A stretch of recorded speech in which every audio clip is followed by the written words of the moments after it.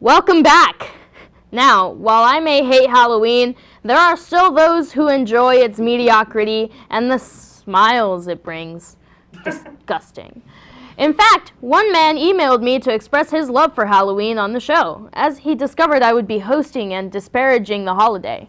Please welcome local Halloween enthusiast, Michael Sezin. Great to be here. Well, it isn't great for me.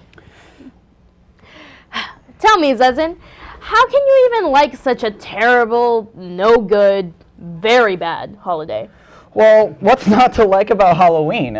I think it's the best time of year. In fact, I plan my entire calendar year around Halloween. Well, what specifically do you like about Halloween?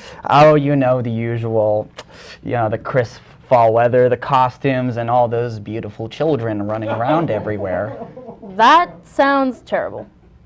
Oh no, it's lovely. I just adore it when a child dressed in a beautiful Iron Man costume and they do that innocent trick-or-treat. I then ask to see what their delicate little face looks like underneath that mask. And when they lift it up... Wow! It seems like you're really into Halloween, huh? I love it. It's the equivalent of Christmas to me. I just keep giving gift after gift after gift. Mm-hmm. You know. Yeah?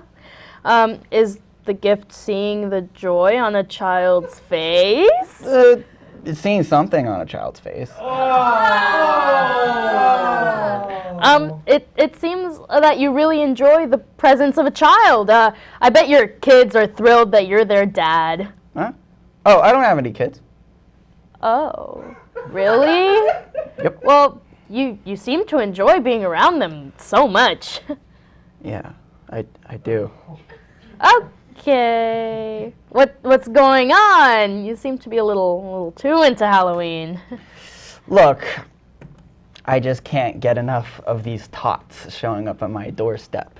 It's like a reverse DoorDash, and I am here for it.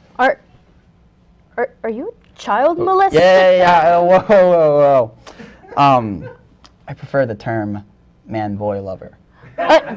No, you're a sick freak. No, the kids are the ones that are sick freaks. They show up on my doorstep, already in costume, all ready for the role play. I'm sorry, when you really think about it, it's their fault. No, wow, you somehow managed to make Halloween even worse of a day than it already was. Just get out of here, leave my show. Before I leave.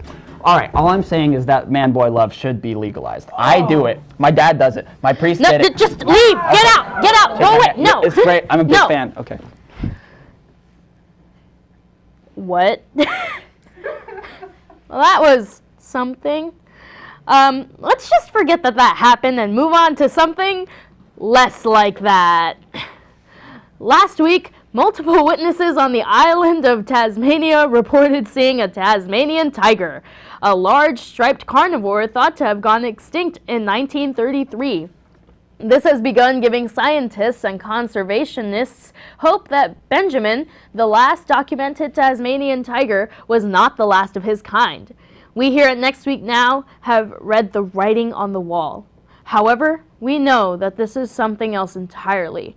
Things long thought dead are rising again, giving Cameron even more hope for his sex life. The Tasmanian tiger is just the first of many dead animals to come back to life, and will soon be followed by the European lion, the woolly mammoth, and Michelle's pet birds.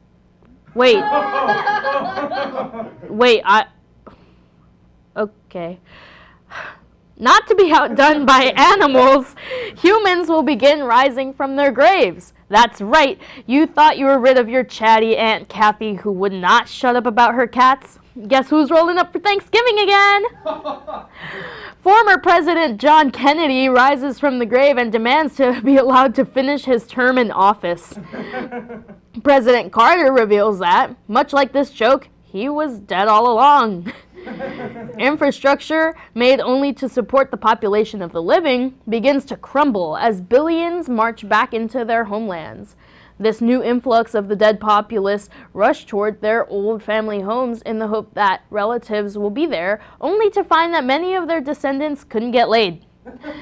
And that their line, which stretches back millions of years, has ended because Billy couldn't get some.